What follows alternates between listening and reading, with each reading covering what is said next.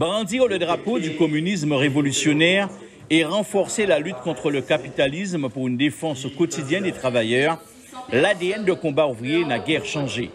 L'organisation, qui présente un candidat dans chacune des 4 circonscriptions, joue la carte de la jeunesse.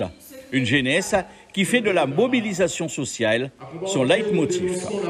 Nous serons aussi la voix des travailleurs en lutte contre l'exploitation, comme celle des travailleurs, des soignants qui sont injustement licenciés, suspendus, liés à la loi du 5 août.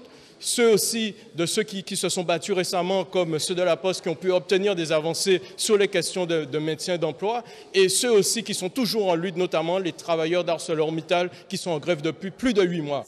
Combat ouvrier se dit aussi préoccupé par la situation internationale avec la guerre en Ukraine, mais aussi sur les prochaines mesures gouvernementales en France. Ce qui nous attend dans les prochains mois, dans les prochains jours déjà, c'est les attaques que vont mener le gouvernement ainsi que le gouvernement de Macron contre les travailleurs, contre les retraités, puisqu'il a prévu déjà d'allonger la durée de la retraite à 65 ans.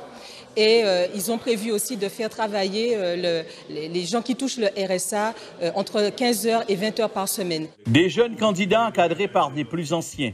L'organisation des communistes révolutionnaires annonce une campagne de terrain pour faire entendre une nouvelle fois la voix des travailleurs.